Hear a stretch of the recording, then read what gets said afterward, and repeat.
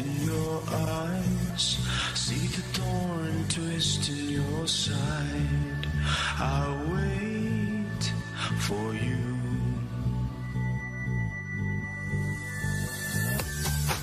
Sleight of hand and twist of fate, on a bed of nails she makes me wait, and I wait without you.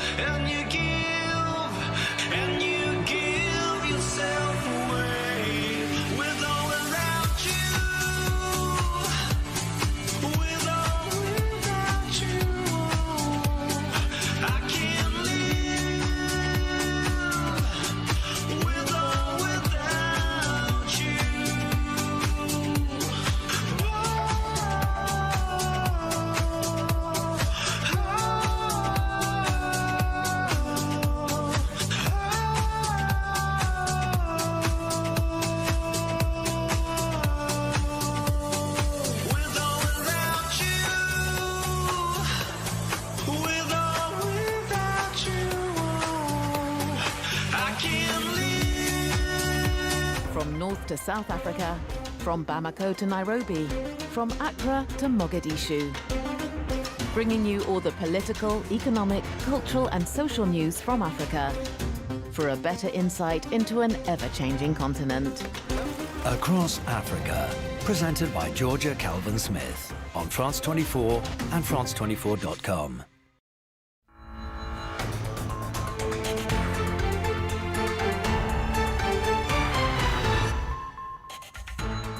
On the final day of 2021, the world prepares to herald a new dawn against the worrying backdrop of the coronavirus. With the Omicron variant pushing up the infection rate here in France, face mask wearing outdoors is now obligatory in several cities. Moscow's buildup of troops along the Ukrainian border is top of the agenda as the Russian and US presidents pick up their phones for a 50-minute-long discussion. That call setting the stage for a January security meeting in Switzerland. And a shopping centre, a hotel and hundreds of homes are the victims of unusually late wildfires which have swept through Boulder County in the US state of Colorado. Thousands of people have been evacuated. Hello, welcome back to the France 24 newsroom. I'm Thomas Waterhouse. France's health authorities have just announced that the Omicron variant of COVID-19 is now the dominant strain here. On Thursday, and for the second consecutive day, the daily number of fresh infections breached the 200,000 mark. And on this Friday's New Year's Eve, the wearing of face masks outdoors is once again being made mandatory in a string of cities. Charles Pellegrin explains. Starting on Friday, all these people will have to wear a mask in the streets of Paris and many other French cities from the age of 11 onwards. Close to 50 departments have made mask wearing compulsory in some of their cities, making a few people unhappy along the way. Il aurait été préférable. Comme les marchés, peut-être. En plus, depuis 2 ans qu'on le porte, là, au bout d'un moment, ça devient un peu n'importe quoi. Incidence rates are surging all over. In Paris, there are 2,008 cases for 100,000 inhabitants. That's 2.5 times higher than the national average. The situation is getting critical in Lyon, too, where that figure is of 1,028 cases. The obligation to wear a mask there will last 3 weeks. Same goes for the neighboring city of Villeurbanne.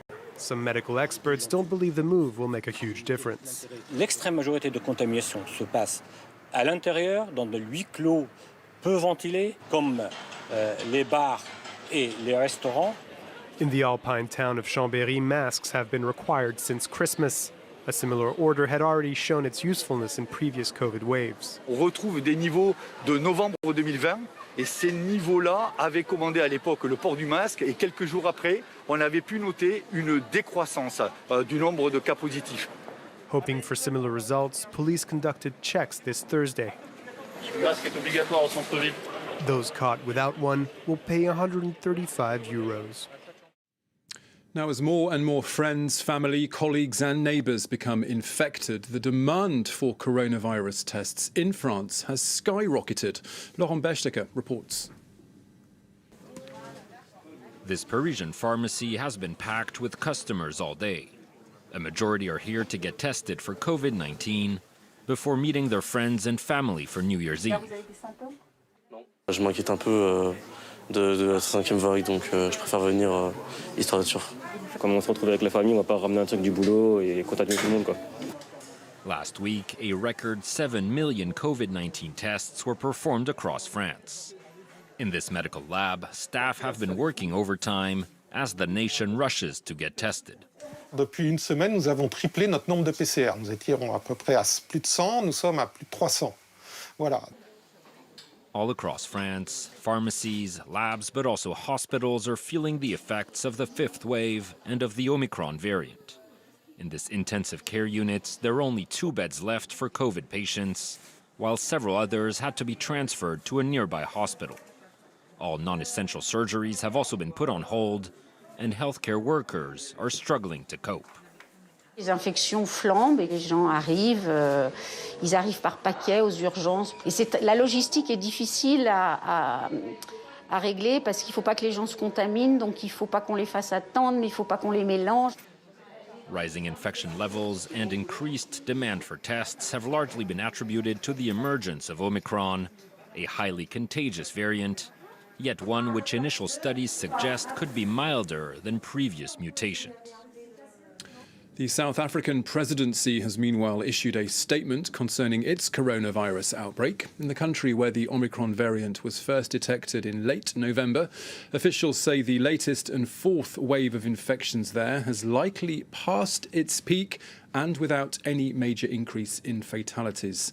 That news has come hand in hand with an easing of restrictions, with a midnight to 4 a.m. curfew being lifted. The latest data from Beijing shows that just 195 new cases have been recorded in the latest 24-hour reporting period. Officials say it's the result of a zero COVID policy that's left millions under lockdown for several days already. Our colleagues at France 2 television report. Public humiliation for those who jeopardize the country's zero COVID policy. 4 men in hazmat suits, handcuffed and tightly guarded, accused of illegally bringing foreigners into China's borders, which have been virtually closed since March 2020.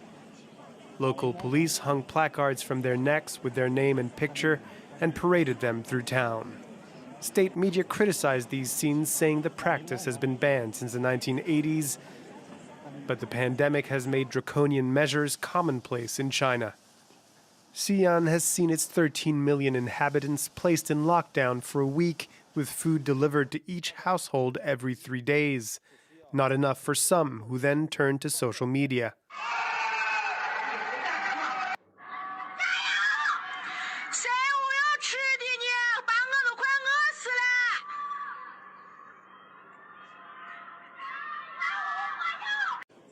Local authorities admit food delivery has been affected by the restrictions, and the priority is given to mass testing.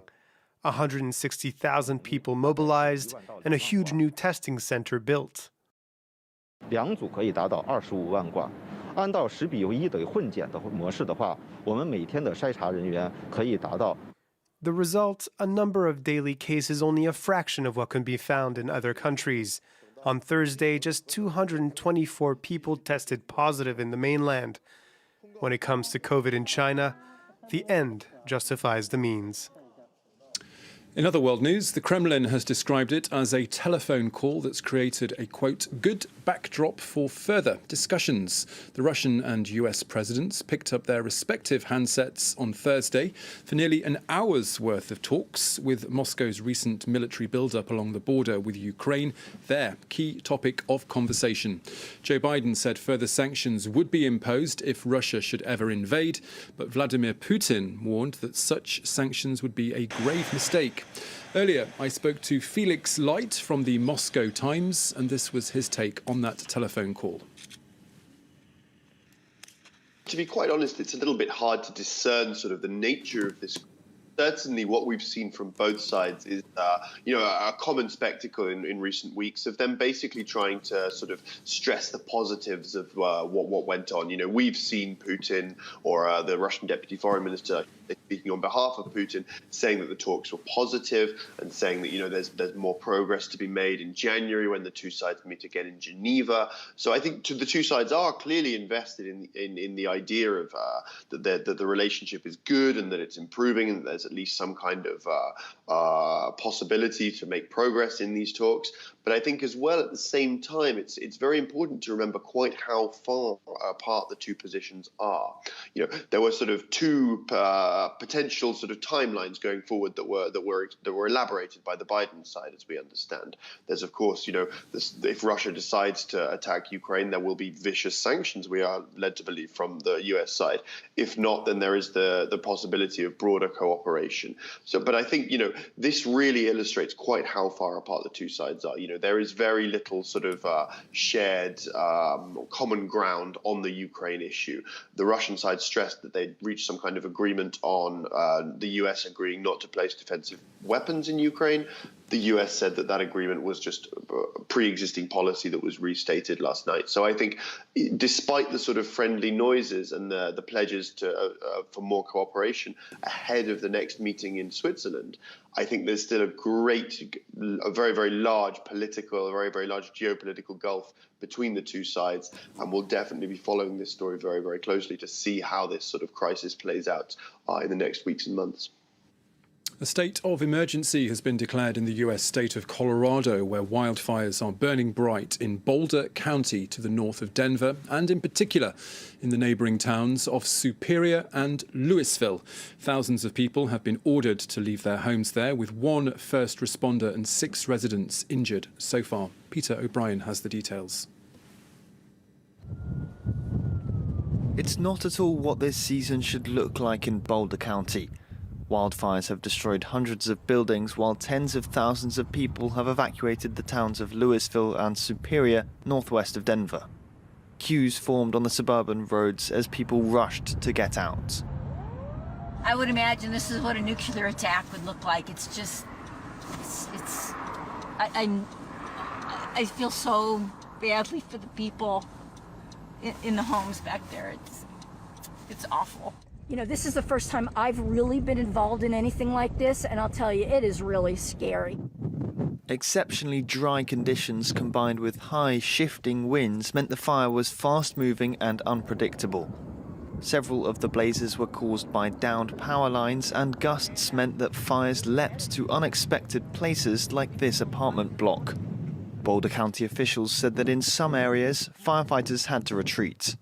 I want to assure you that our fire personnel are working as hard as they can to save additional structures as we speak, and when it's safe to do so, we'll start the emotional and painful process of assessing damages. The region's been facing a historic drought. Boulder County hasn't seen significant rainfall since mid-summer.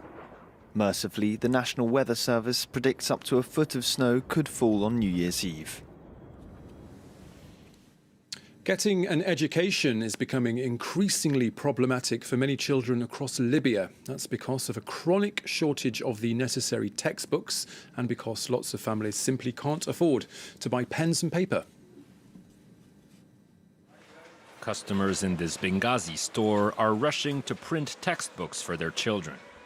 3 months after the start of the academic year, many Libyans still haven't received their school manuals. A dilemma for families who have to print them at their own expense. يطلب من المطالب في كماليات ما يقدرش في ظروف الأب باهي يعني أنا مرات نشعر بروحي نحط في رقم. This teacher says the shortage means many students are falling behind and blames the situation on the government. المدارس التصوير صعب على أولياء الأمور الحياة عايشينها كلنا سيولة غير متوفرة المفروض إن كان الكتب متوفرة قبل بداية العام الدراسي. Libyan school books used to be printed and handed out for free every year by a special government commission. But the Ministry of Education was recently put in charge of this process, as well as of creating a new unified curriculum after a landmark ceasefire reunited the country in 2020. It so far struggled to keep up with the demand. الحالي ولا يوجد في المخازن إلا تقريبا 10% ما يغطي 10% من احتياجات المؤسسات التعليمية في سواء كان التعليم الأساسي أو التعليم الثانوي. On December 20th, Libya's education minister was arrested over the shortage and placed under investigation for possible negligence.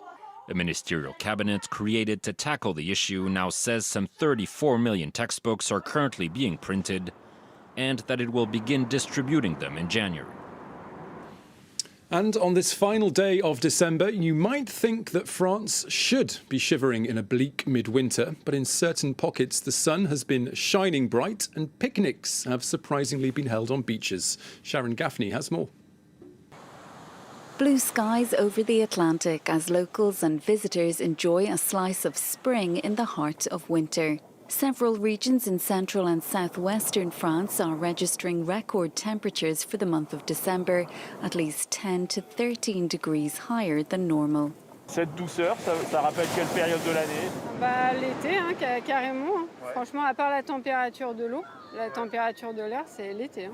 Ah bah, vu la météo, le programme de la journée, c'était balade au bord de la plage, en trottinette ce matin. Et puis après, pique-nique sur la plage, bon pique-nique. With the mercury rising, people are queuing not for Christmas treats, but for something cooler. Ah oui, glace à fond. C'est glace à fond. Ça, c'est sûr qu'ils profitent un petit peu de cette période un peu printanière. Et ouais, non, c'est super, quoi. The unseasonably mild weather has prompted some restaurant owners to hire extra staff to help with the unexpected surge in customers. On s'attend à un début d'année 2022 compliqué, donc bien évidemment finir l'année de la sorte, ça fait plaisir. A mild start to the new year is on the cards for many, with temperatures in parts of the southwest remaining in the 20s well into the weekend. And that's all from me for now, but do stay tuned to France 24.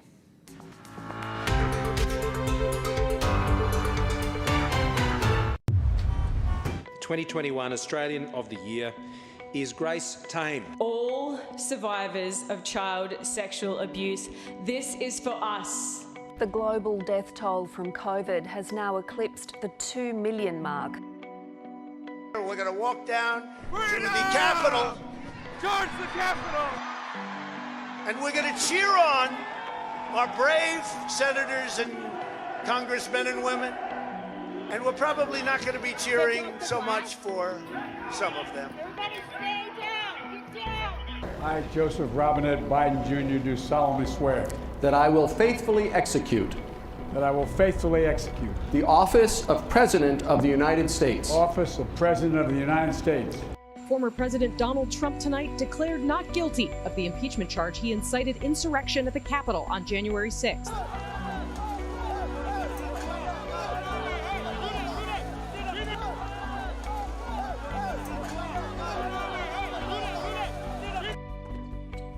Osaka is champion in Australia for the second time.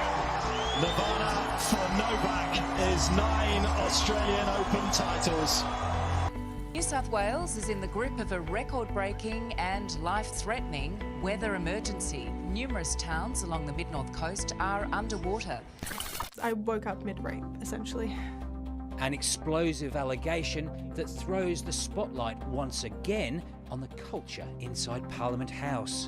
Today, the nation's first law officer, Christian Porter, fronting up, confirming he's the cabinet minister at the centre of a historical rape allegation. Thousands marching across the country, demanding action to end violence against women and the sexism and misogyny that enables it. There's a conversation with you, with Harry, about how dark your baby is going to be?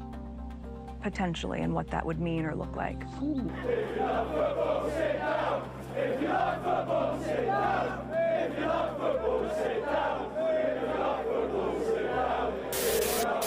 We have just received a statement from Buckingham Palace confirming that the Duke of Edinburgh has died. Inside, the Queen waited, head bowed, alone. India is being ravaged by a second wave of COVID-19, which is accelerating faster than anywhere else in the world. In the capital, Delhi, COVID is now killing one person every 4 minutes.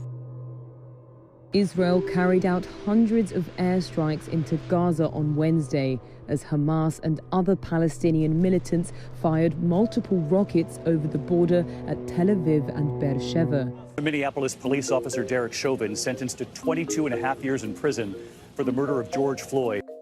All of Greater Sydney, the Blue Mountains, the Central Coast and Wollongong will go into a lockdown. You could go and buy a Louis Vuitton bag in Bondi, and now if you're buying groceries in Fairfield, you'll get a different type of reaction. A dream comes true. Australia's Ash Barty is Wimbledon champion. I hope I made Yvonne proud. And now Italy win. They're European champions for only the second time.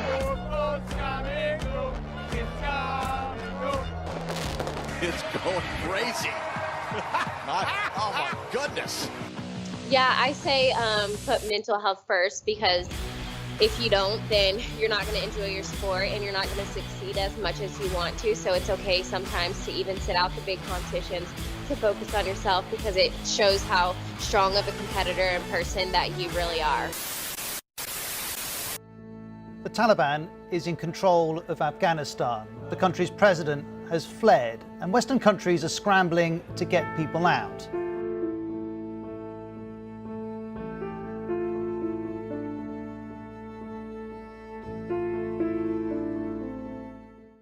More than 13 million Australians, over half the country's population, is in lockdown this morning. What we're doing is fixing the problems and getting on with it. From tomorrow, all 16 to 39-year-olds across Victoria will be eligible for Pfizer. There's been a rush of younger Australians going out to get the jab. A 5.9 magnitude earthquake has shaken southeastern Australia, causing damage in Melbourne and other parts of Victoria. There have been violent protests outside CFMEU headquarters in the city today over mandatory vaccination. Victoria is edging towards 80% first dose to trigger more freedoms. The FBI says the human remains found in Wyoming Sunday are missing 22-year-old Gabby Petito. The coroner saying that her manner of death was a homicide. The Independent Commission Against Corruption will today release a public statement in which it will state it is investigating allegations made about me concerning matters relating to the former member for Wagga Wagga. It pains me to announce that I have no option but to resign from the office of Premier. A New Year's Eve feel as the clock hit midnight. The most locked down city finally coming to life. A crew member has been killed and a second injured after Alec Baldwin misfired a gun on the set of his latest film. She was someone who was loved by everyone who worked with and liked by everyone who worked with and admired. Australia's entertainment industry is today paying tribute to television pioneer Bert Newton, who has died aged 83 in his hometown of Melbourne. My father, we pray for Poppy up in heaven. Little Cleo Smith's parents are making an emotional plea to find their daughter. How I'm feeling is how I never want any mother to feel. We're going to offer a $1 million reward to anyone who provides information. There's been no sign of the 4-year-old 12 days since she was snatched from a remote campsite. My name is Cleo. Cleo, my name's Cameron. How are you? Are you okay?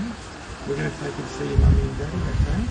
It's my privilege to announce that in the early hours of this morning, the Western Australian Police Force rescued Cleo Smith. After 13 years, Britney Spears is officially free from her conservatorship. After almost 600 days, Australia's hard border has finally fallen. The nation officially passing the 80% double-dosed vaccination target for the population aged over 60. Our plan for net zero by 2050 is the plan that I believe Australians want. What do we want? When do we want it? Now! No more blah, blah, blah! No more blah, blah, blah! If working apart, we are force powerful enough to destabilise our planet, surely working together, we are powerful enough to save it. Do you trust Scott Morrison again? Do you think he lied to you? I don't think. I know. We're now facing an emergency in our battle with the new variant, Omicron. The emergence of the Omicron variant should be a wake-up call to the world that vaccine inequality cannot be allowed to continue. I would recommend that instead of Christmas shopping, everyone shops for a COVID booster online.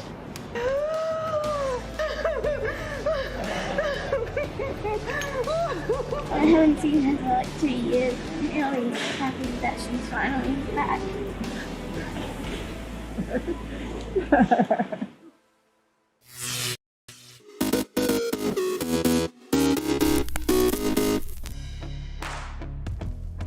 What did we see? How did we see it? In the absence of peace. The choice is fight. Business as usual and blah, blah, blah. Our democracy is under unprecedented assault. Or flight. Taliban fighters are trying to stop the women from continuing their protest. I don't want to be controlled. I don't want to cover my face. Some call for action now. Reduce their emissions starting now. As others still seek solutions. COVID-19 vaccine misinformation is being tackled online. While a fragile planet sends unforgettable signals. We mourn those who leave us.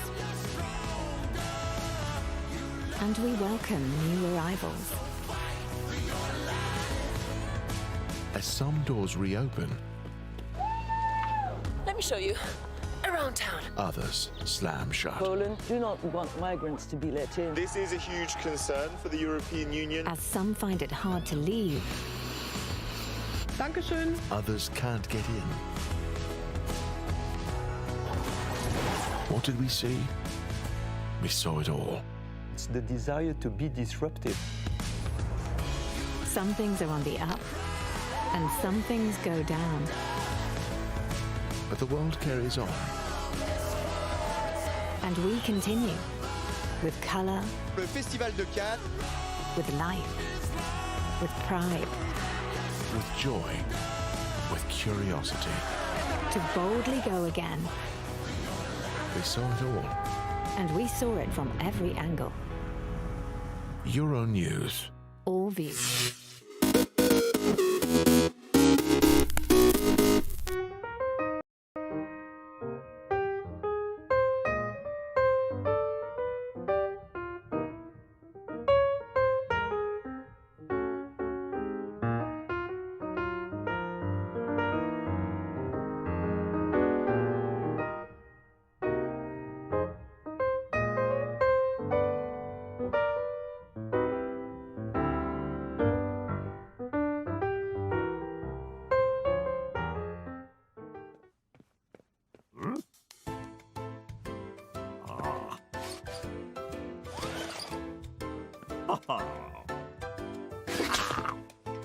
Right.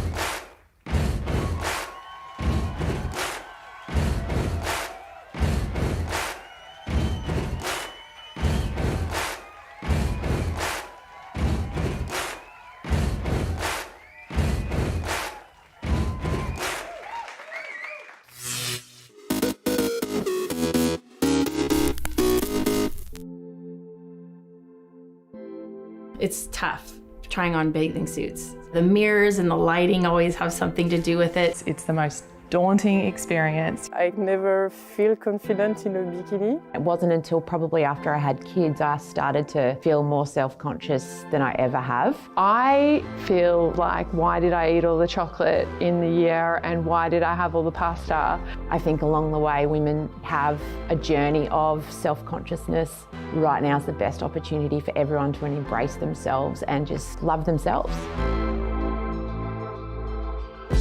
We wanted to make this fit guide to really improve the shopping experience. We know how hard it is. So we thought, why not showcase it on ourselves? Oh my God, I'm so nervous. Who you dressed like? Great. Oh, rib curl. Oh. How empowering for us as a team to get in front of the camera and show that we're confident in our own swimwear and we're designing it for everyone. Oh my God, I'm laughing.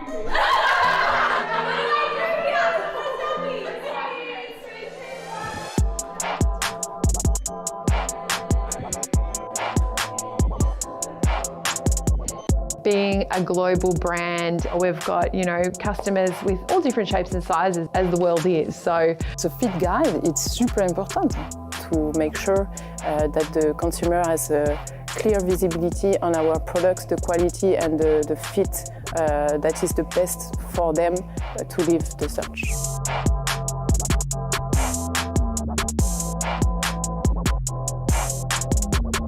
Being viewed on the internet by numerous people makes me feel really self-conscious, but at the same time, happy that I get the opportunity to do it for people who look like me as well. The process involved in designing a bikini, it can take even up to 2 years, especially when we're innovating new products and using new fabrications. It is something we spend the most time on, making women feel like super comfortable and confident in their bodies. Even half a centimeter or a centimeter makes a big difference on the way that a swim will fit on a body. Our team riders or athletes are so important to our design and development process. We're so fortunate to have their experience and expertise to really tap into to make sure that we make the best fitting bikinis we can.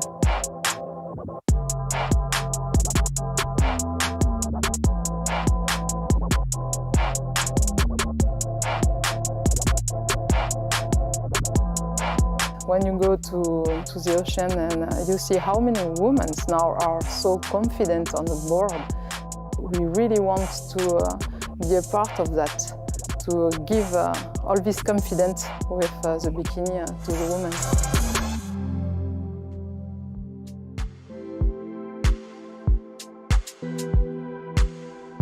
It is an absolute pleasure to work for Rip Curl Women's. It is the team, it's the girl gang that I get to work with daily that gets me so excited to come to work.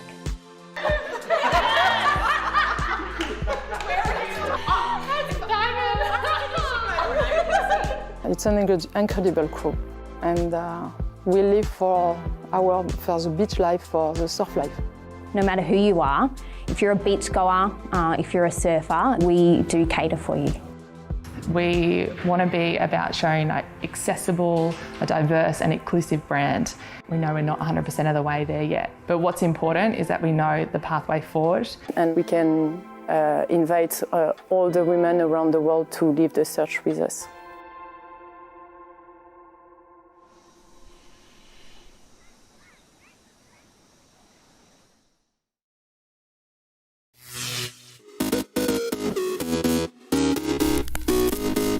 What is a CubeSat? CubeSats are very small spacecraft that orbit Earth.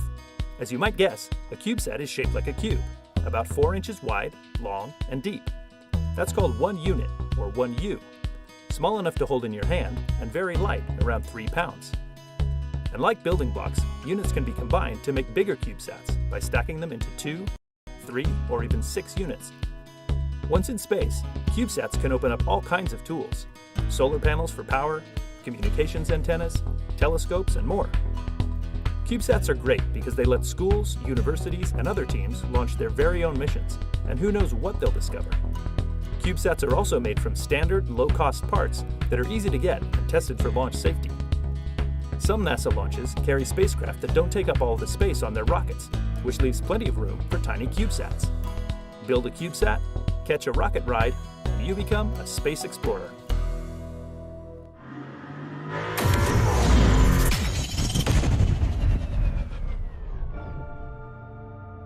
Hello, Mr. Beckham.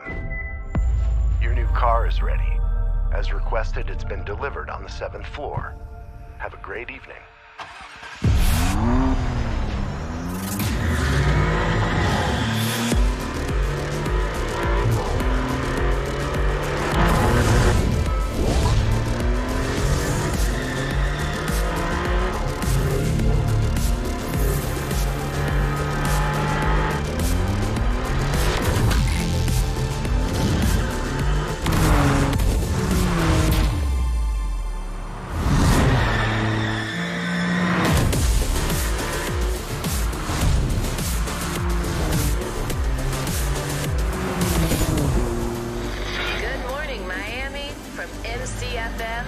Hope you got your beauty sleep, and you're ready for another gorgeous day in the Magic City.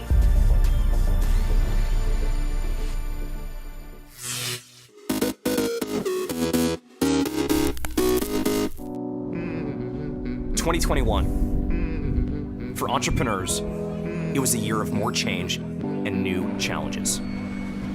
Rising inflation, labor shortages, supply chain disruptions. For businesses, the list goes on and on. But in times of uncertainty, entrepreneurs find a way. At Shopify, we had a front row seat to your journey this year.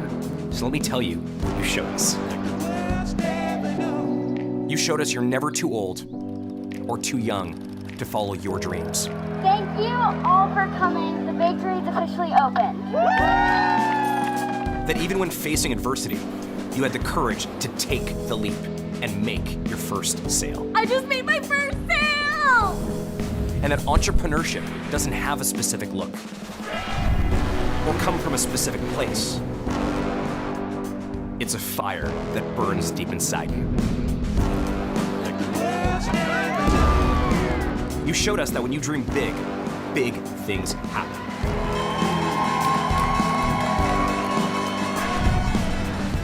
And that when you live your why, you can change your circumstances. Our tea is going to the Oscars and the Grammys.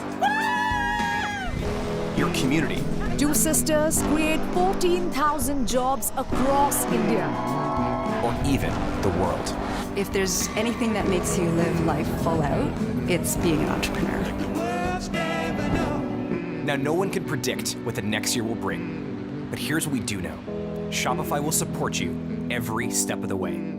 2022, let's go.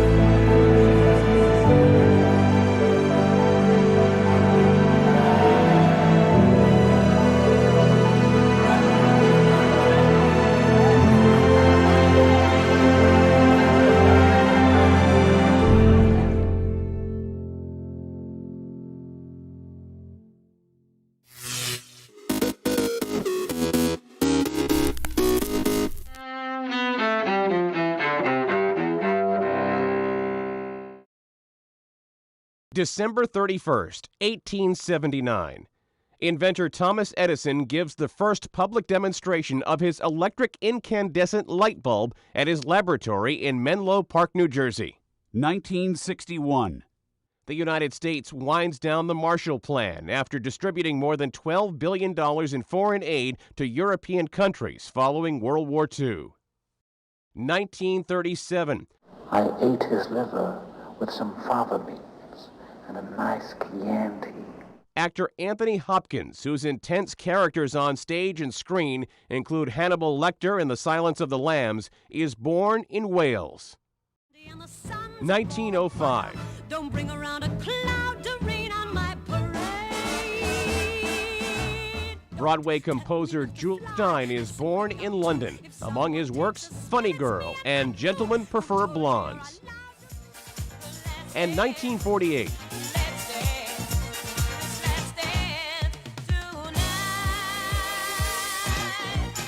Singer and songwriter Donna Summer, dubbed the Queen of Disco back in the 70s, is born in Boston. Today in history, December 31st. Ed Donahue, The Associated Press.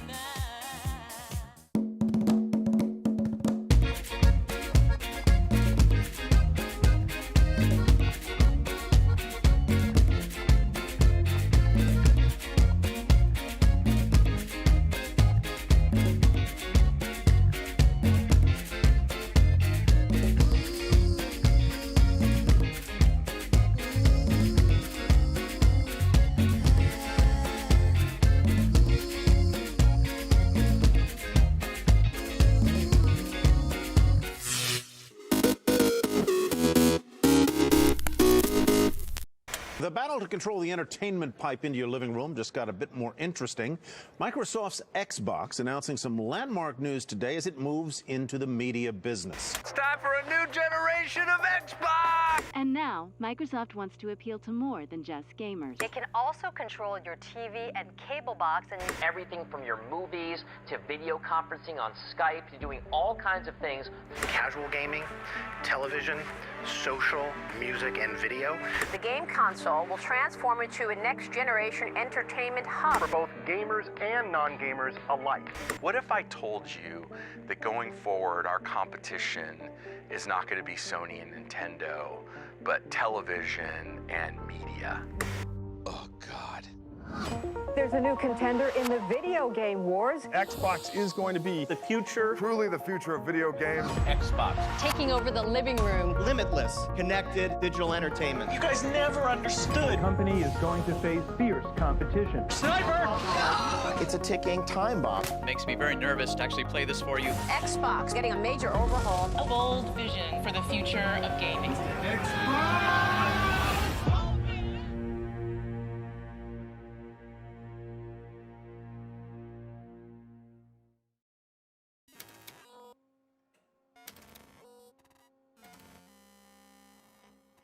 On May 21st, Microsoft will unveil its latest Xbox system. Xbox has been the best-selling gaming console for 27 consecutive months. We're expecting a slew of entertainment options, including possibly taking over your cable box and also delivering web content in easy and attractive ways. It was exciting to think about what a single-purpose, dedicated entertainment console could be. So we picked that as a path with Xbox One. We wanted a broad device that touched all parts of gaming and entertainment. Go on, put your hands in. We wanted to bring new audiences into Xbox. People that were outside of what traditionally was thought of as our core gaming audience. That was really the intent at the time. Within the company, there's always a sense of do more and grow. But I think Dawn was looking for what's that next big leap after Connect? And I think there was a sense that TV could be that thing. Microsoft's gaming platform is becoming a true entertainment hub. It just announced that for the first time, people are using the Xbox more for entertainment, TV, movies, and music, than for playing video games. Having our team think not only about gaming, but television, movies, stories that lived inside our gaming community was something that I believed in. Okay, this is an interesting idea. Microsoft's going to get behind linear entertainment as well. Xbox Entertainment Studios. The idea was to take Xbox, the brand, from gaming to Xbox, the brand, as entertainment. Movies, music, television. There's gonna be a number of documentaries. We all had big eyes for that. It's like, whoa, we're gonna go Hollywood now. And action.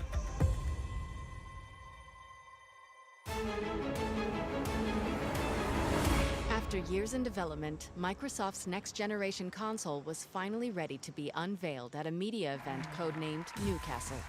Coming off the success of the Xbox 360, expectations were through the roof. Good morning, everyone. On behalf of the entire team, we're thrilled to unveil the ultimate all-in-one home entertainment system. We did a stream from around the world and invited a bunch of media and influencers up to watch. We gathered everybody into the conference room. We have it streaming on our television. We're all really excited. Team Xbox is on a new mission to become the all-in-one system for every living room, the place where your games, TV, and entertainment come alive. We're driven to build a future-proof system that brings together the cloud, smart devices, new content. We are really excited to bring the world of Halo to Xbox as a premium television series. We're sitting there listening to it the whole time. And I remember one of our engineers said, like, they're not even talking about any of the games yet. Are they gonna talk about games? With Kinect, we made you the controller. This is human control for a human experience. It was all about entertainment, even a partnership with Steven Spielberg, and they showed a TV guide at the reveal event. I mean, that was really like the vision. This is the beginning of truly intelligent TV. Xbox, watch TV. You said television. We wanted to hear video games. You know, we showed a few games, but core gamers were left unsatisfied. We're all in the green room, and as each person would get off stage, you know, the execs in the room would ask what the pulse is on social, and it was not good. This is not going well.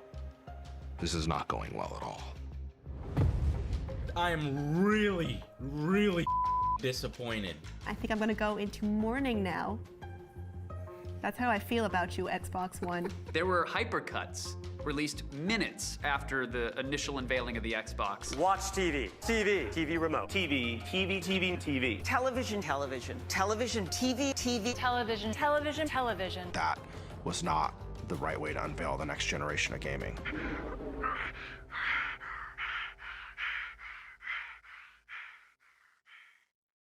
Wow. That was the worst gaming event that I've ever watched, ever. Probably could have done a better job of reassuring people that we were committed to excellence in gaming. The response was so negative, and that was when I knew our lack of focus was going to hurt us with our core audience. I can't even start. The Newcastle reveal really was about showcasing the entertainment proposition that was going to come with the Xbox One. We knew that E3 coming up in a few weeks was about games. We'll talk about all games when we get to E3. In hindsight, definitely not the right decision. You don't tell console gamers to tune into something and then not show them the games. The next evolution of gaming is a voice remote control for your television. The Xbox One reveal had obviously underwhelmed fans, but Microsoft saw an opportunity to right the ship just 3 weeks later, on the game industry's biggest stage. This is an exciting day for our teams. And as we've been promising, it's all about the games. We're excited to share with you a stunning lineup of world premiere gameplay and announcements. The ball's in Microsoft's court, and they come out and they show some games. And then right at the end of their press conference, I remember looking up at the teleprompter. Xbox One will launch this November in 21 markets around the world at $499 in the US. $499.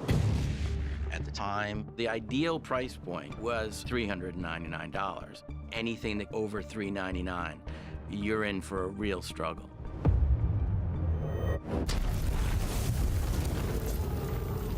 The issue was that with Xbox One, Don's view was the new Kinect was going to be required as part of the box. So it was no longer just a peripheral, like the original Kinect. Now you were going to be forced to buy one. This is a terrible mistake. A huge mistake. It definitely caused a disconnect. Why are you charging me more money? I don't want this. Kinect had so much promise. It just wasn't ever going to be a thing that hardcore gamers wanted. Especially when it upped the price by $100.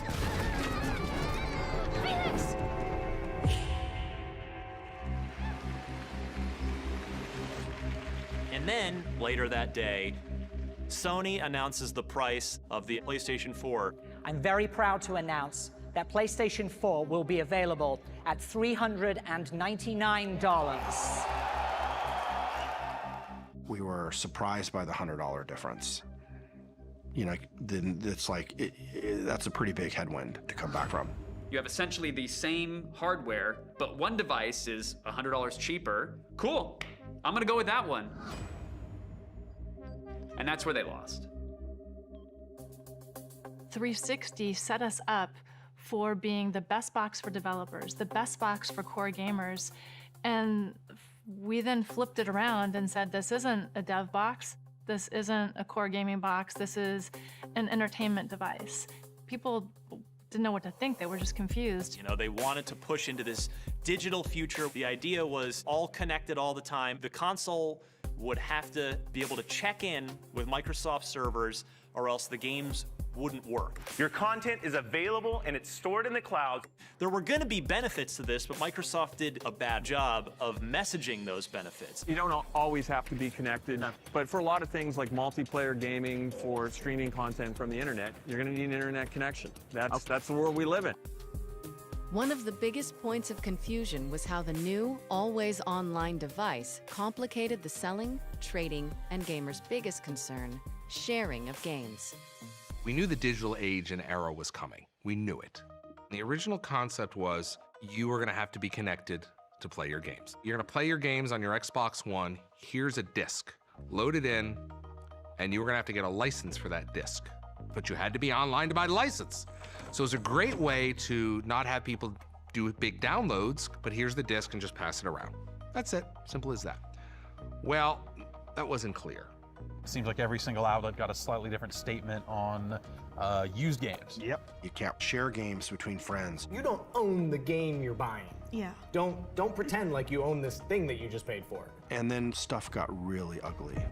Sony came out, guns blazing, with the immediate response to the Xbox One. This is how you share your games on PS4.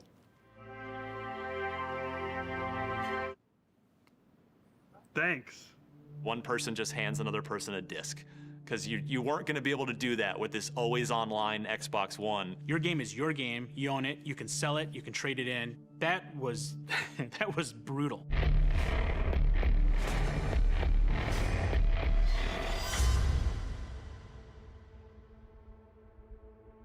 As a team, you've got to take some bets on things that you believe in and put that thing out. Clearly, in hindsight, it was wrong. People didn't want to spend $499 for a box to plug into their television to watch TV. They weren't wrong. Microsoft wasn't wrong that gamers wanted and expected more from their consoles. Absolutely. In fact, it was Microsoft's fault, if anything. They were too far ahead of where their users thought they should be. And there was this whole backlash that they didn't expect. In 2013, the world wasn't ready for it. We got pushback from consumers, for some journalists, questioning whether we'd made the right choice as a company. It was a valid criticism, but it was a very binary choice. And we chose to bet on online. It was a dark, dark, dark, dark moment for us, and very, very, very painful.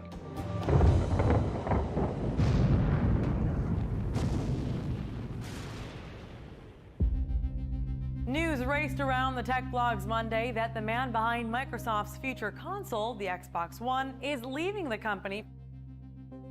I wish that I would have had an opportunity to stay to execute on the vision and the capabilities that the team had created.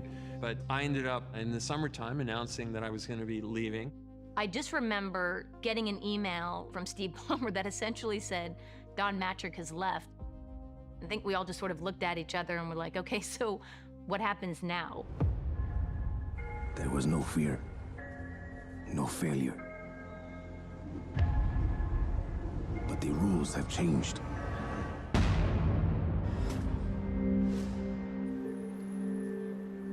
It was a long road and a long path from there, but the team didn't give up, didn't want to quit, didn't feel like we couldn't overcome this. And we still had to come out and deliver the console. Well, it's here. Xbox One, finally on sale. We had a lineup of people at the launch event. People were excited about it. We had kind of an early signal that maybe things are okay. The NPD Group has revealed that Xbox One led console sales in December, and with its $500 price point, the Xbox One led annual hardware sales on a dollars basis. But by April, we were outsold 6 or 7 to 1 in the market, maybe 8 to 1.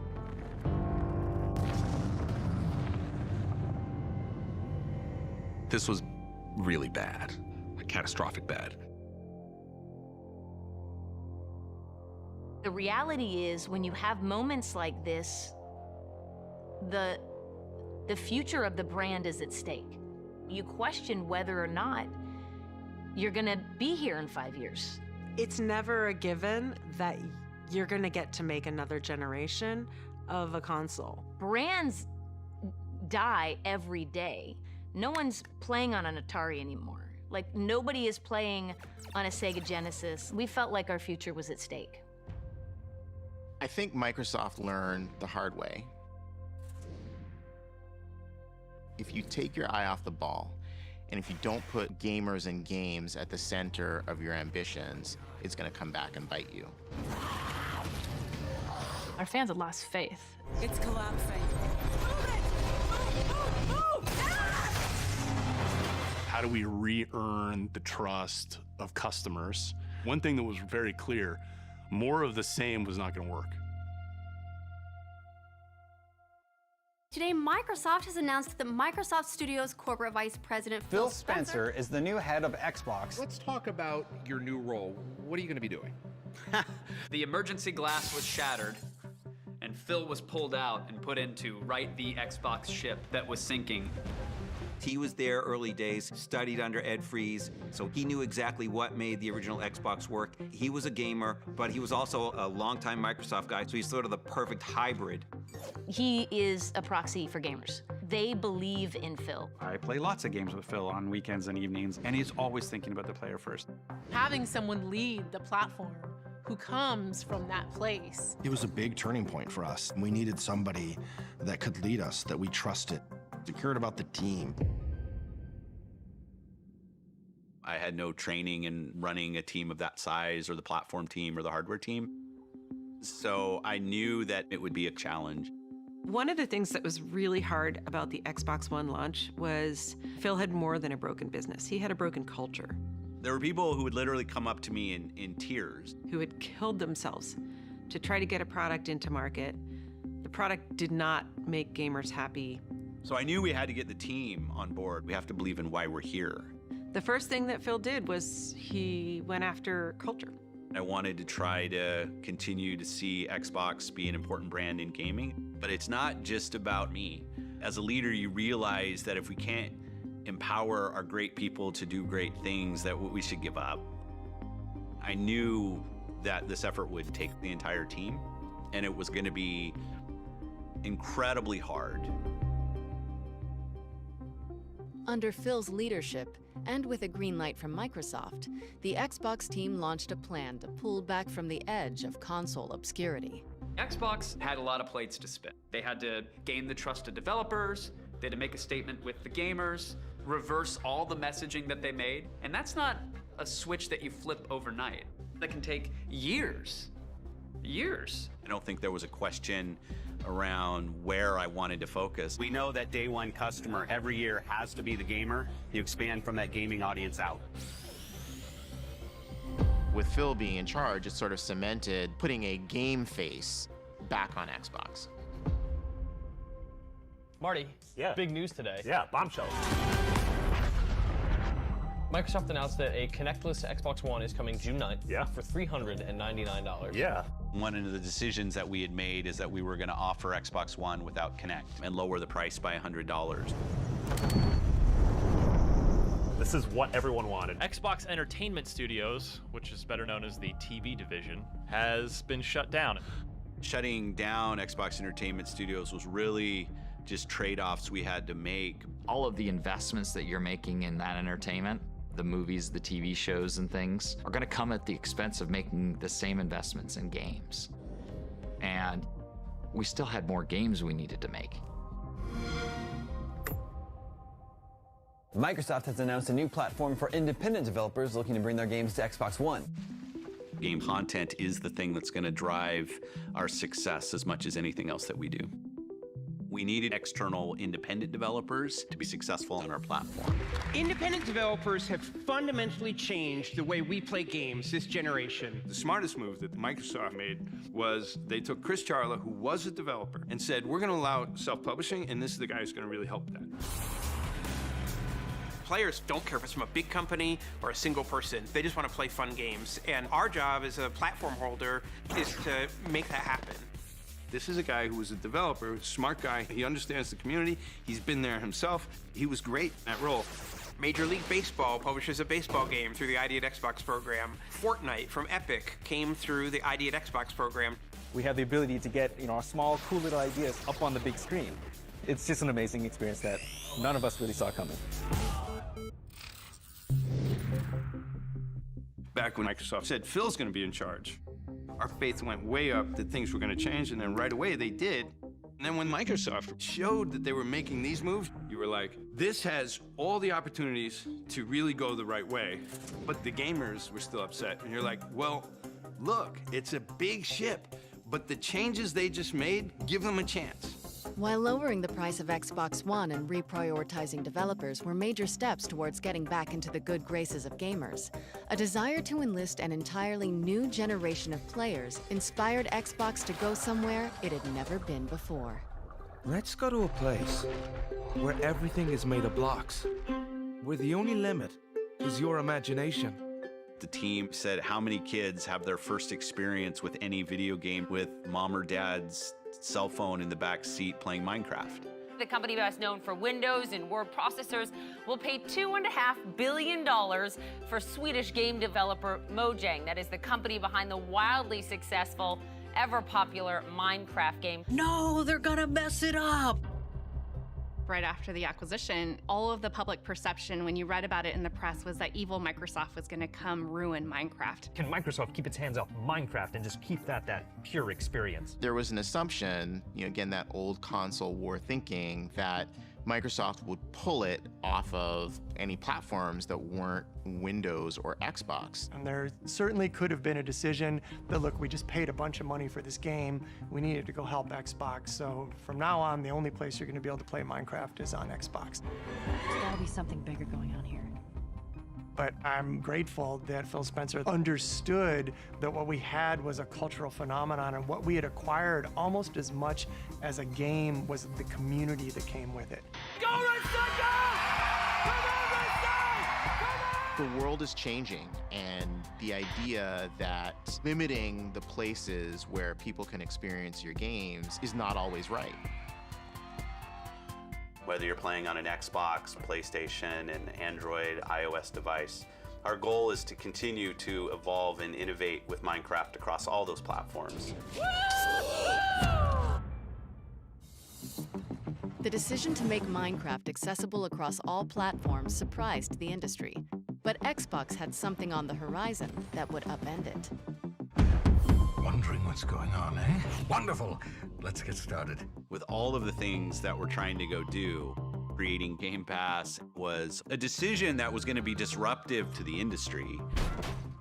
Oh, hey! Game Pass was the first service where you'd have access to a library of games and you could download and play the games in their full fidelity locally.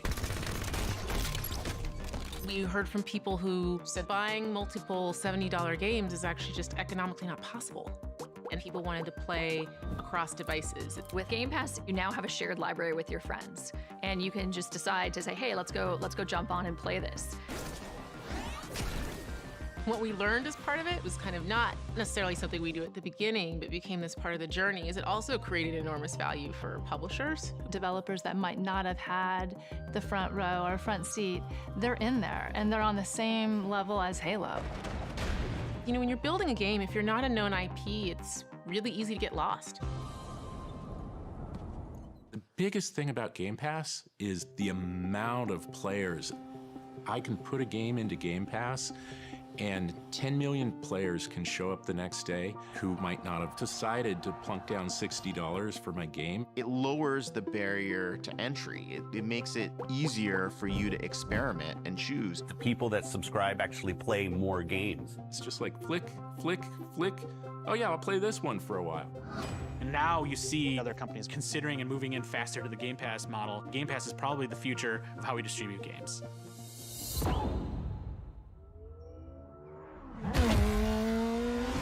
Game Pass revolutionized the landscape of video gaming. But in order to get the most out of the tsunami of new content they were providing, Xbox knew it was time to up the ante. When we launched the original Xbox, we had this tagline. There's no power greater than X. And we were the most powerful. And we owned that. That's what our gamers expected from us. That's what we had delivered early on. We were always the most powerful console. And we lost that with Xbox One. As we thought about broadening what the Xbox One did, we had sort of lost sight of, first and foremost, this is a gaming machine. The PlayStation 4 was a technically superior experience.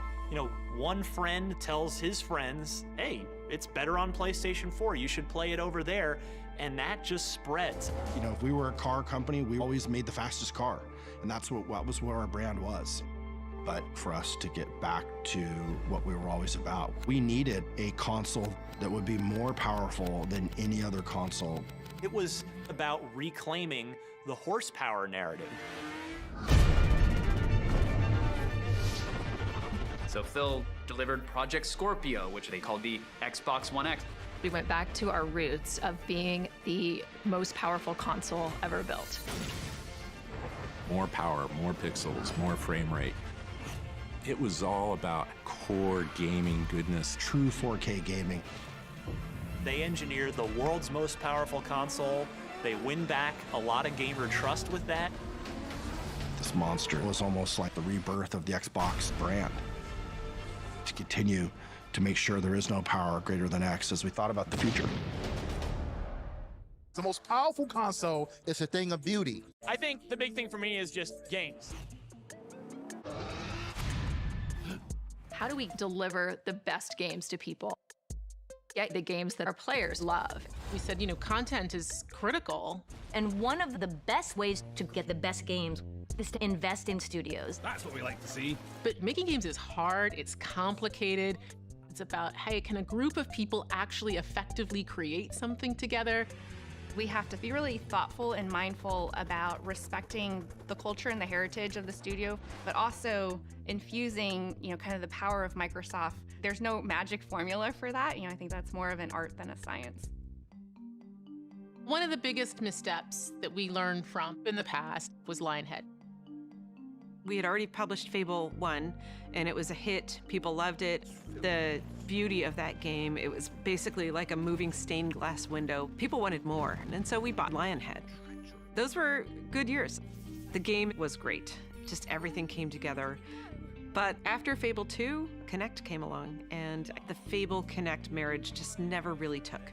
And then Fable Journey was a passion project for a lot of people, but I think it deviated pretty significantly from the pillars of what made Fable 1 and 2 so popular. There's some very, very sad news coming out of Microsoft today. So they're shutting down Fable developer Lionhead Studios. We acquired Lionhead in 2006, shut it down in 2016.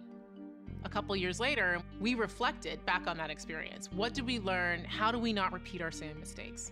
You acquire a studio for what they're great at now, and your job is to help them accelerate how they do what they do, not them accelerate what you do.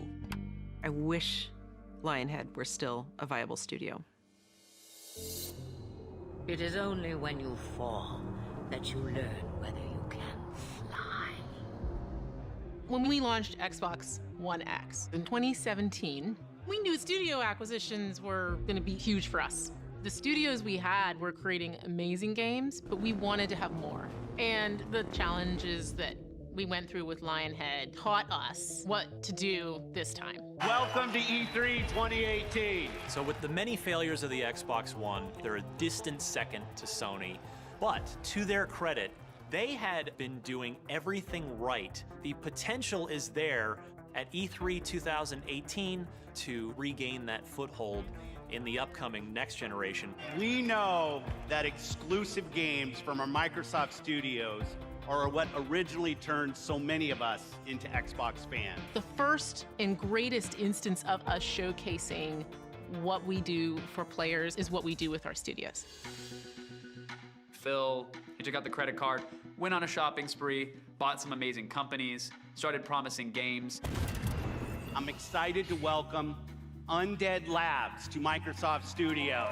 It doesn't matter what your technology is. If you don't have the games, we were done. Content is king. Ninja Theory, Compulsion Games, a brand new Microsoft studio. The Initiative, Playground Games. Yesterday was a huge moment. You brought not 1, not 2, not 3, not 4, but 5 new studios. The acquisitions kept coming at a blistering pace. We'll be acquiring In Exile Entertainment, Obsidian Entertainment. We doubled the number of internal studios to 15 internal studios and made a big group of acquisitions. Double Fine Productions. Buying all those studios, Microsoft focused back on the hardcore gamer. We're highlighting 60 games for you. 14 games from Xbox Game Studios and over 30 games premiering in Xbox Game Pass. Let's jump in. This volley of acquisitions created one of the largest, most diverse catalogs in the industry.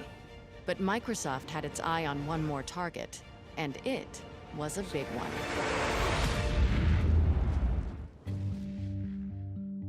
We're really delighted to reach this agreement with ZeniMax and bring Bethesda into the Microsoft family.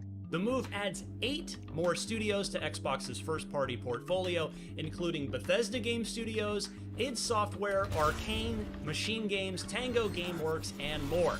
What you really see us doing is broadening the opportunity for people to participate in what is one of the world's greatest entertainment and leisure time activities. It's a game changer because it's bigger than anything else we've ever done in gaming. It's the 3rd largest acquisition in Microsoft's history, which still blows my mind. And so now more than ever, our commitment to games is absolute.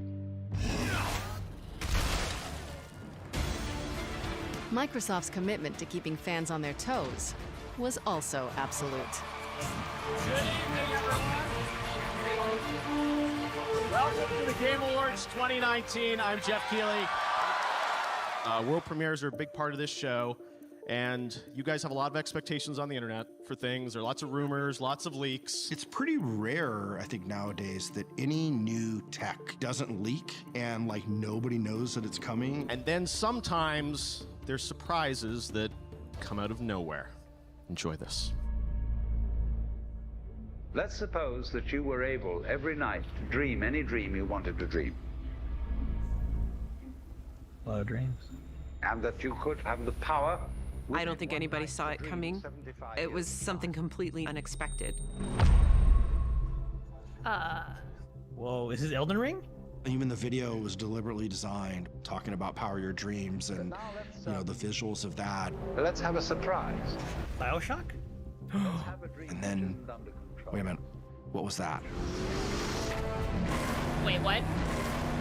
I just saw a car race through, and then there's a soccer scene, and then by the time I saw Master Chief.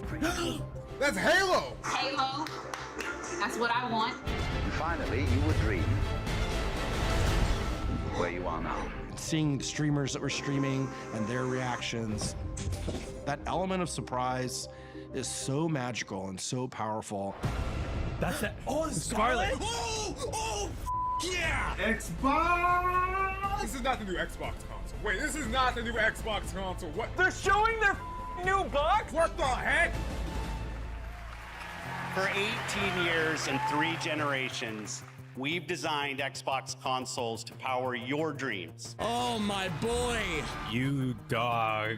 Meet the Xbox Series X. It was nutso because I had no clue it was coming, and I was there. Our fastest, most powerful Xbox will set a new bar for performance. Games are going to look better. You know games are going to play better. It is, in fact, the most powerful console you can have in your living room right now. Yes! Yes! When we talk about freedom to play, Project Scarlet is the formation of our future in cloud. Microsoft, meanwhile, launching a video game streaming service. All your games can be streamed right into your phone or your computer. The same way the original Xbox bridged the gap from early adopters with broadband, this powerful beast of a machine that can play games locally, it's also going to connect to the cloud. So it will bridge the gap between traditional in the living room local gaming and cloud-based gaming. We envision a world where you can play any game with anyone on any device. It is the next instance of what it means to game anywhere. We're streaming from data centers around the world to people's cell phones. We have thousands of people doing it in 3 continents. Like, that's just crazy. And I'll be damned if it doesn't actually, I mean, it works. It actually works. Where are we? I'm a big believer in the technology access story of Project xCloud. Think about the way you could unlock community. One of the things we were really focused on with this generation was making Xbox available and appealing to the widest audience. I think we have some unique responsibilities to bring people from different backgrounds into the experience. And in order for us to succeed in that, we need to have the right services and content and creators building things for all kinds of players. It's about creating an opportunity for those that would not have had it otherwise. 2.5 billion people on the planet play video games today, half the connected world. And that is the scale of opportunity a company like Microsoft should go after. Being bold and making bets is part of the culture of what it means to be here. I think that's true now, and it was true from the beginning.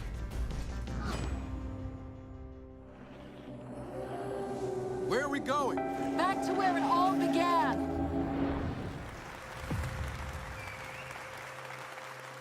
And we had some guys at Microsoft came and said, we should do a console. A Microsoft console? It's insane to launch a game console. When you're Microsoft, you made frickin' Windows in a spreadsheet. Bill Gates took a bet on us.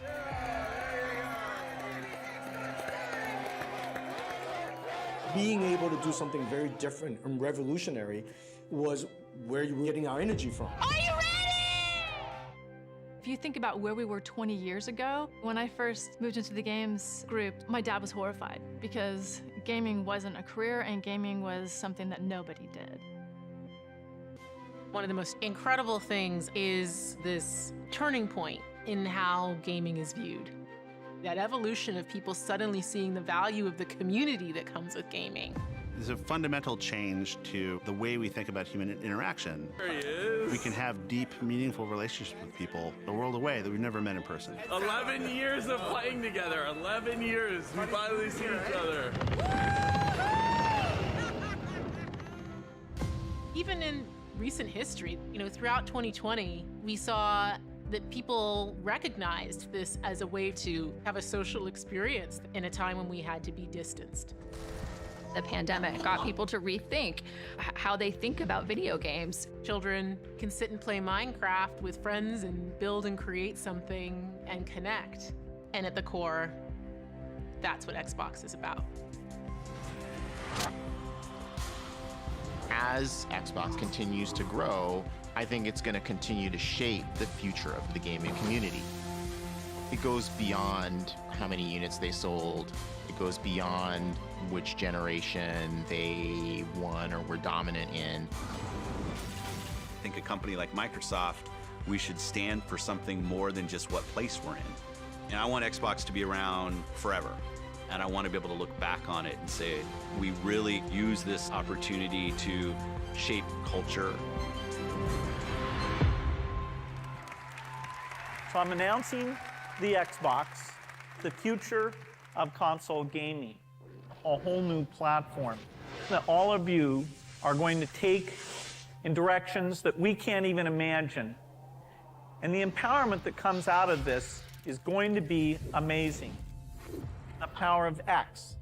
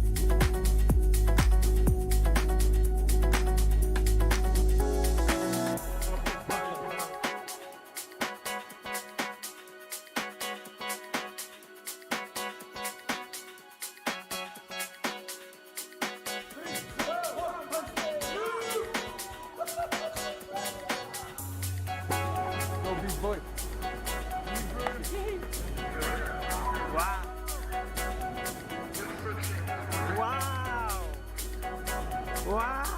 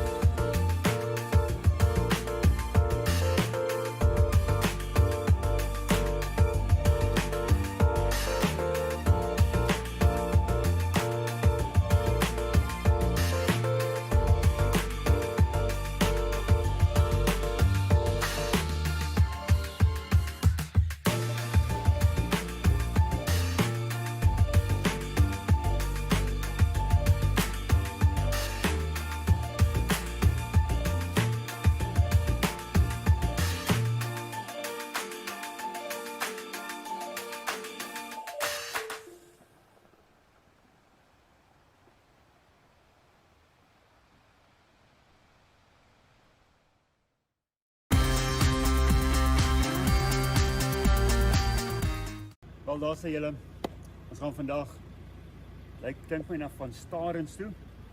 Ons gaan saam met Divan van Breda uit en ons gaan kyk of ons 'n paar haie kan vang. Jonathan en Jessica en Michael het nog nooit 'n groot haai in die see gevang. So kom ons kyk of ons vir hulle iets kan kry. Kom saam.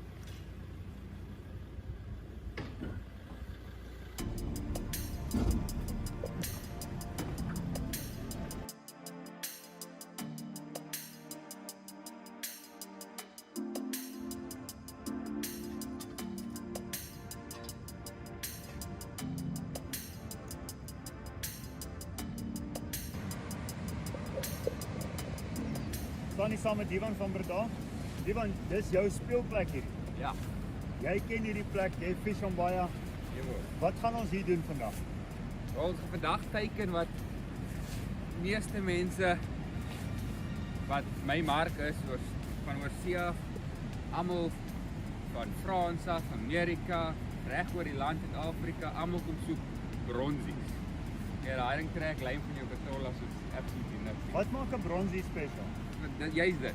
So hy trek daai lyn af, hy hou jy gaan huil. Jou rug gaan pyn en die bronsies is baie sterk. Ons het 'n groot drop-off so 'n kilometer in hierso so die water. Die massa water wat oorkom is baie. So die strome hierso is baie sterk. So hy gaan lê die stroom. Hulle moet 'n groot pectoral fins en as hy net so lê, nee wat dan. terug. Wat is die kans dat ons iets anders erop tel terwyl jy vir die bronsies gaan? Dit hang af van die watertemperatuur. As die water effens warm is, dan gaan ons net klein haaietjies, dalk 'n diamantrog, stingrays, daai tipe goeders vang. As dit effens koeler is, kan ons kyk na die twee banke, een aan die regterkant, een aan die linkerkant, vir 'n live bait drop, dalk vir 'n cobby of so ietsie of 'n krappie gooi vir 'n steenie. Maar all in all, nie regtig veel anders. Groot pylsterte of iets in daai lyn hier? Minder as wat in Jeffy's. In Jeffy's gewoonlik teiken ons die pylsterte, maar hier is. Okay. Kom ons vang 'n bronsie saam met Divan.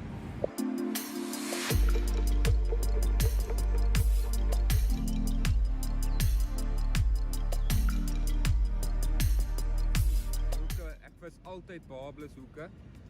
Eagle claw, verkieslik BKK's. En ek maak altyd babelus. Kan nie drougvis vang of enige haaivis vang eintlik doen met 'n hoek wat nog 'n baba aan het.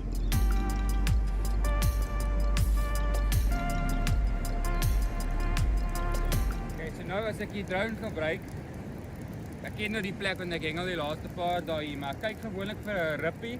'n Rip is waar soos daar is amper soos 'n sterk stroom vir daai wat nie weet nie. Nou kyk ek vir 'n rippie, maar nou weet ek as ek my aas sit in daai rip, dan gaan al daai reuk van die aas saam met daai rip uitgaan. En dan gaan die reuk van die aas jou moontlik ver travel. En dan gaan die haai gaan dan teen daai rip opswem en die aas kom soek. So dis ook wat lekker is van my swaalpro met die kamera. Kan ek mooi sien. Ek gaan nou leer omdat daar 'n foon naby is. Maar kan ek mooi sien waar die rips is.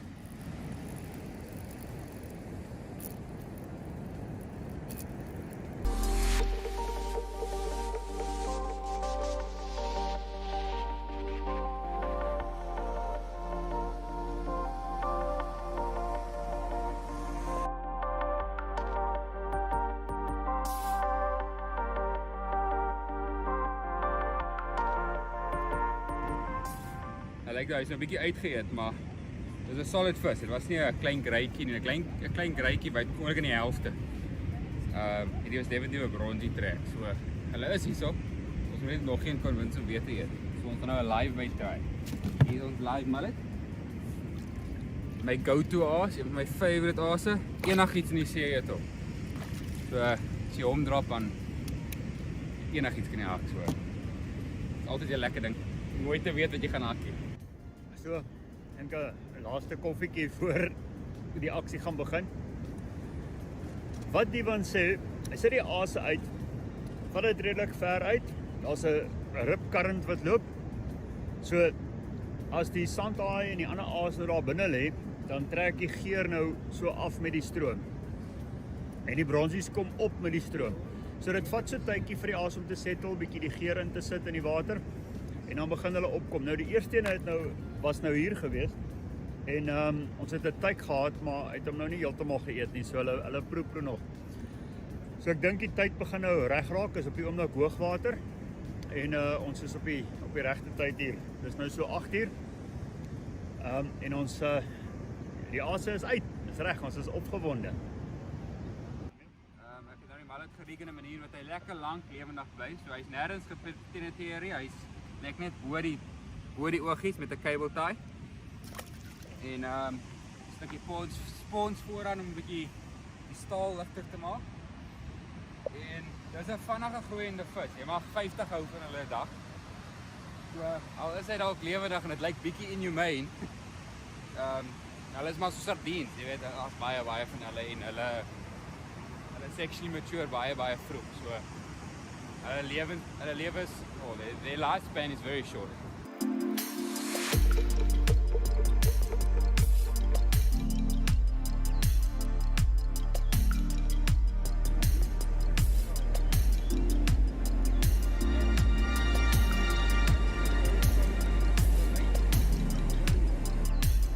Al die eerste ordentlike bronsie pick-up. Op 'n sandhaai gearbox. Mooi opgetel. Nie massive nie. Maar 'n mooi vis.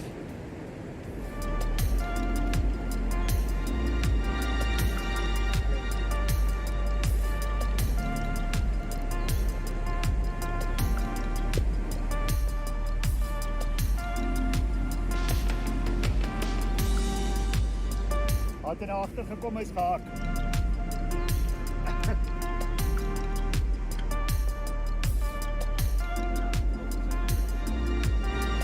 Gang.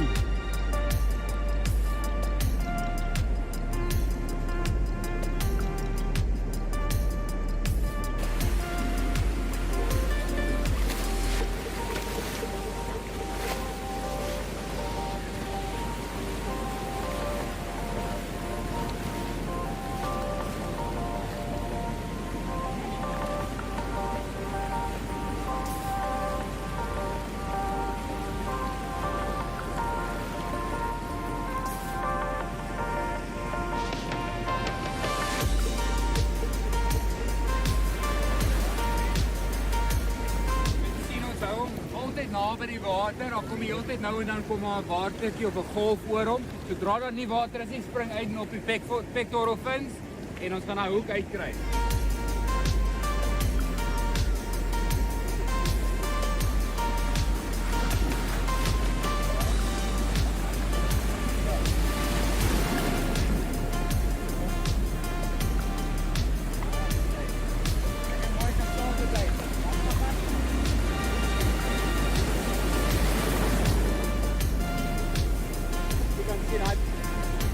Je kan zien, hij Brunch swem weg, baie mooi gesond.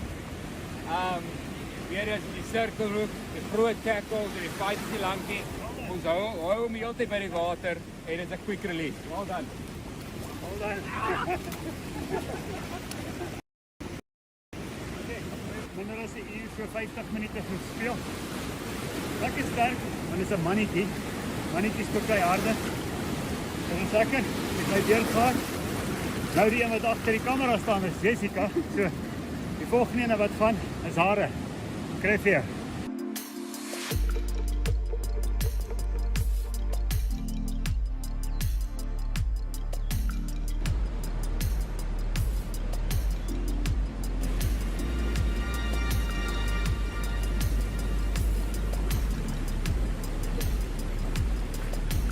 Die cirkelhoek het hom in die kant van die bek, so ons kan maklik die hoek uithaal en die vis kan terugsit.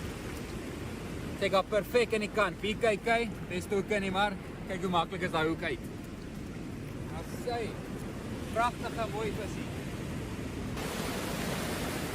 Alright, kyk die squeaky.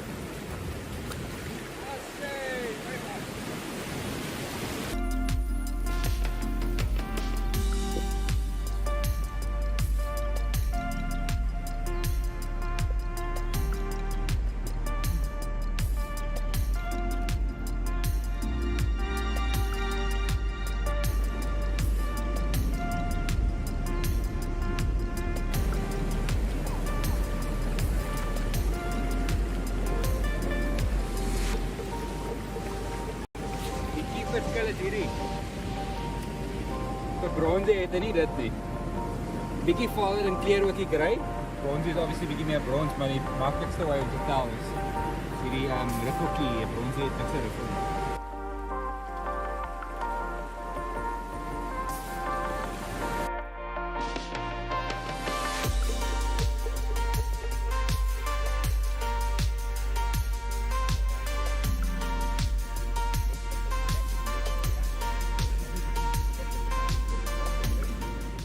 Alright, so daar's twee dinge wat vandag baie moeilik gemaak het. Een is die water is baie warm in Jeffrey's PE area nou vir maande lank. Van die warmste waterrekorde in meer as 10 jaar die jaar. So dit het baie van die spesies wat ons gewoonweg vang in 'n ideaal of typical day, het dit uit die equation uitgehaal. Sorry, ek neem bietjie my taal hier. Dis een ding. Die tweede ding wat dit moeilik gemaak het, die tweede ding wat vandag moeilik gemaak het, daar was 'n moerse klomp sardine activity die laaste 2 dae. En gister was daar rugby velde vol. Daar spring, what jumped there? There's something jumped. Watch someone's rod there, do something massive jump. Sorry. Wat ek sê, well, rugby velde vol sardine activity. En nou wat gebeur het, is daar so baie sardine activity naby die kant kom, kry ek al die vis wat die banke patrol vir sandtaaie en vir lewendige hardes, trek dit sardiens, want sardiens is baie nutritious. So dit is regtig ietsie wat vir hulle baie maklik is om te eet en dit gee vir hulle baie energie. So dit trek letterlik al die vis weg van die kant af. En vandag is daar niks as sardine activity nie. So daai vis is almal saam met daai sardines diepsee toe en dit het nou regtig vandag heerlik gemaak. Maar ons het aangehou, ons het die regte haas, geweet ons het die regte haas, geweet op die regte plek. Ons het letterlik net gewag vir die windows en ons het 2 visse aangekry, 1 geland sover en ek is redelik seker ons gaan hierdie ook kry. Ja, gaan die kar. Hy is 'n wat sê man 'n marmelkaart. Okay, Johnny, hy's amper op die kant. Well done. Dankie tog.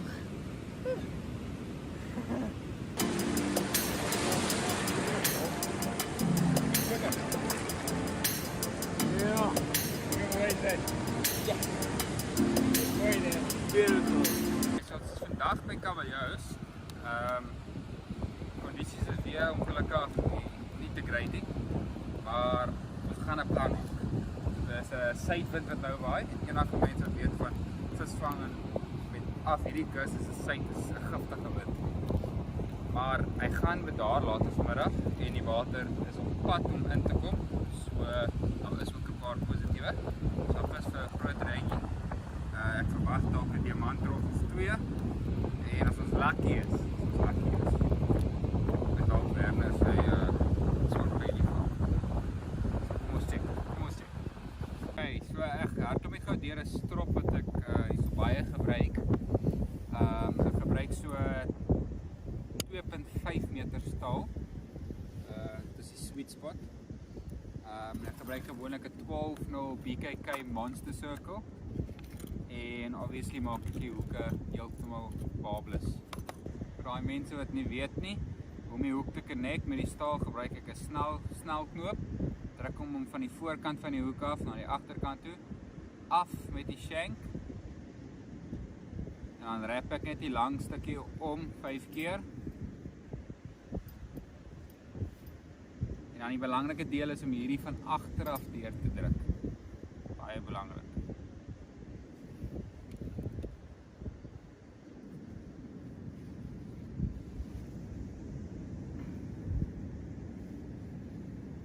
Here we go.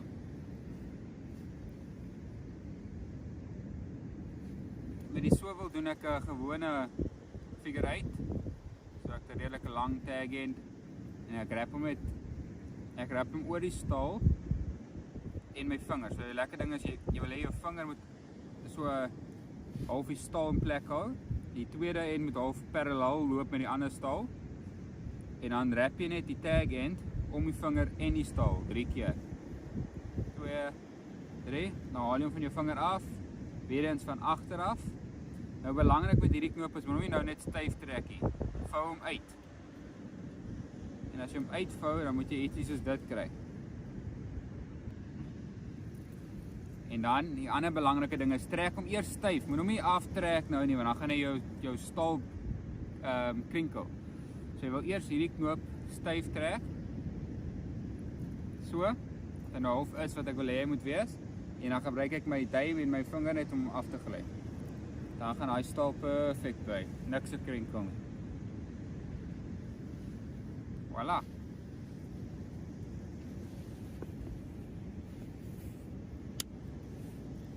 There is your finish knot. Dan gooi jy net hierdie stuk weg. And there we go. Kom, lekker.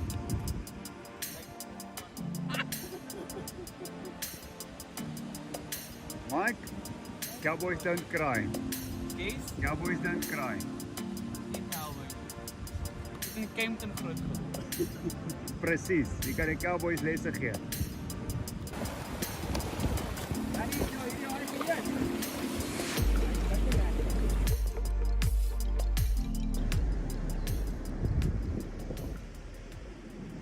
Wel, daar sê, die son is besig om te sak. Dit was 'n baie lekker, kan ek maar sê, interessante 2 dae saam met Divan. As daar nou iets is wat ek geleer het in hierdie 2 dae is, as jy nie die area ken nie en is moeilike omstandighede, wel as jy nie die area ken nie, dan is dit moeilik om by 'n plek te kom hengel. As jy 'n ervare gids het soos Divan, is dit makliker. Maar nog steeds, ons is in uiterste moeilike kondisies gewees hierdie afgelope 2 dae. En tog het Divan dit maak werk, want hy het goeie kennis. Net. Maar ons staan nou hier so, daar's nog 3 stokke in, en enigiets kan nog gebeur, maar vir alle praktiese doeleindes, ek dink is op die einde van die 2 dae. So Divan, baie dankie vir jou, en dankie dat jy lekker saam met Stuyvelyne gekuier het. Ja, was vir my lekker om julle te hê. Die kondisies is regtig taaf, maar... Nou sê my Divan, as die kondisies is nou vandag, nou môre begin die Nationals hierso, dan gaan die ouens vis. Jy kan nie die weer kies nie, jy kan nie die kondisie kies nie, jy kan nie die watertemperatuur kies nie. Nou, wat doen jy anders in sulke kondisies waar dit moeilik gaan? Watter uiterste toe gaan jy? Praat jy nou van 'n gidse perspektief of 'n kompeterende perspektief? Want ek kan jou 2 antwoorde gee. Ja, maar uit 'n gidse perspektief is dit ook kompeterend, want onthou, jou kliënt kom boek weke of maande voor die tyd. Hy het nie die luxury om te sê, wow, die weer lyk mooi, kom ons gaan vis nie. So vir jou, uit beide 'n kompeterende en 'n gids perspektief, is dit moeilik as die omgewing, as die kondisies change. So wat doen jy dan?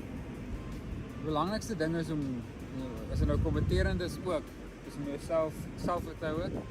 So jy moet weet, okay, ek ken die plek, ek was al hier, ek verwag hierdie 4 spesies om te byt.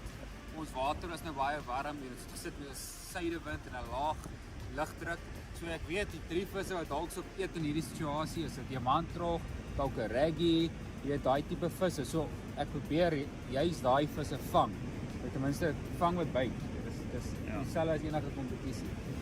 So jy default, as ek so kan sê, amper terug na jou mees gemaklikste kondisies toe. Dit wat jy verseker weet werk. Yes. Want as min dinge werk, of as dit moeilik is, dan is dit wat jy weet die beste werk altyd jou go-to.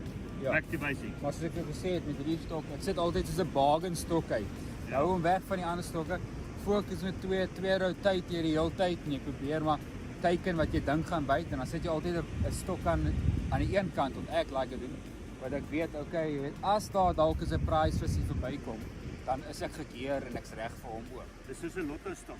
Ja, dis 'n lotto stok, ja. So as hy gaan, dan weet ons dis 'n groot vis, want dis 'n groot stuk asem. Ja. Jy weet, dis soos 'n solid stuk vleis en dis wat nou uit is hier. So Divan, as die ouens, as jy kan raad gee met betrekking tot mense wat graag saam met jou wil kom hengel, wat is die beste tyd? Wanneer gebeur wat in Jeffreys? En vir die waarheid sê, laaste 2 dae seker top 10 van my toughste dae ooit. Dood ernstig. Suid, warm water, dit was taaf. Maar oor die algemeen kan jy maar amper jaarliks vis in Jeffreys. Ek sal sê die slegste maand, die moeilikste maand is seker September. Jy weet, June, July, August, September is taaf. Although jy kry meer eetvis dan, so as okay, kom ek sê maar net, as jy nou wil eetvis vang, dan kom ons kyk jy na June, July, August, Oktober. As jy nou wil haie vang, enigiets van einde Oktober tot einde April, Mei. Okay, so ons was nou reg op die haai tyd, maar met die warm water wat nou hier in is dit nou 'n bietjie moeilik. Maar nog steeds, ons het nou vandag het ons 'n mooi diamantrog gevang. Nie massive nie, maar redelik groot. Die hoofdag gevis hoor. Ja, dis waar ons het eers 1 uur begin. En ons het 'n mooi smoothhound gevang. Wat ook 'n mooi vis. En ons gaan nou 'n reggie vang. En ons gaan nou 'n reggie vang. Of as ons nou 'n pylie vang, dan staan ons hier tot vanaand 10 uur. Ja. Maar Divan, baie dankie. Dit was lekker om saam met jou te kuier. Ja. Nee, ek het dit waardeer, baie dankie. Ek moet net sê ook, dit is altyd belangrik om as jy kom is ook om jou tyd te geniet en jy gaan jou tyd meer geniet as jy kalm is en rustig is en jy's hier vir 2, 3, 4 dae en jy sien ook ander goedes in Jeffreys. So ons spandeer tyd in die dorp ook. Dis lekker hierso. Ja, ek moet sê dit was nou baie lekker geweest saam met Divan. Gister het ons lekker worsies gebraai op die strand. Vandag hy sit so mooi skerm op. Ons het lekker gesit en koffie gedrink en so dis eintlik lekker ontspanne. En jy kuier en jy leer en die mense kom by jou hier verby en almal ken vir Divan.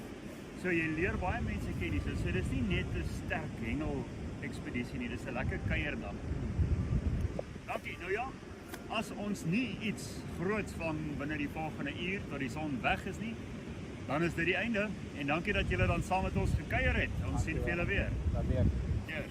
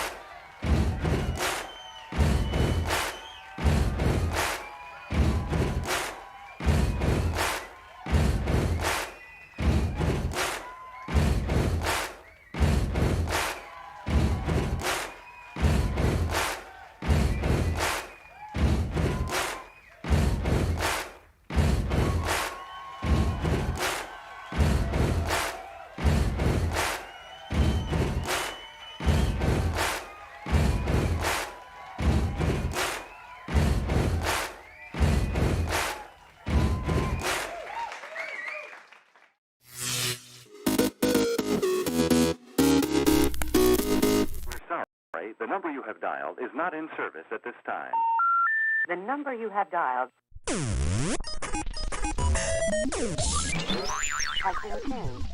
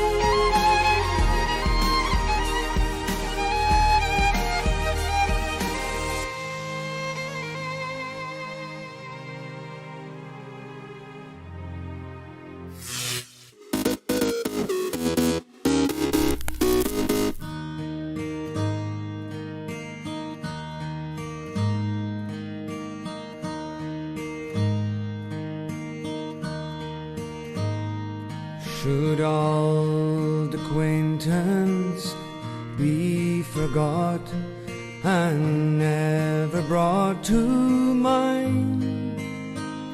Should old acquaintance be forgot and days of old lang syne?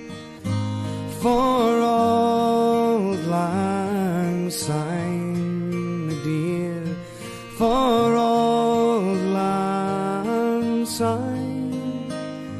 We'll take a cup o' kindness yet for days of Auld Lang Syne. We twa here run about the braes and put the gowans fine, but we've wandered many a weary fet since days of Auld Lang Syne, and we twa he pedalled in the barn frae morning sun till dine, but seas between us braid he rode since days of Auld Lang Syne.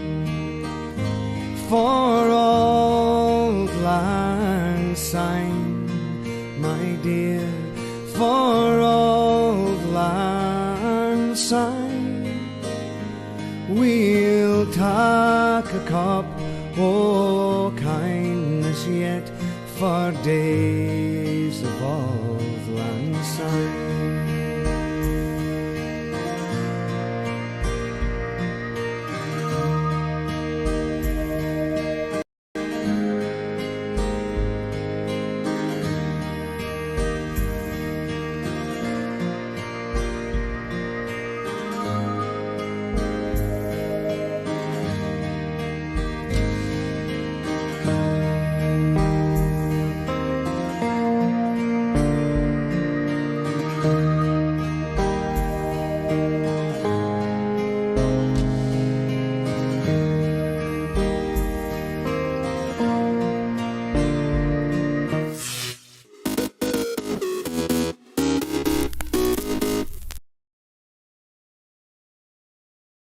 And in today's news,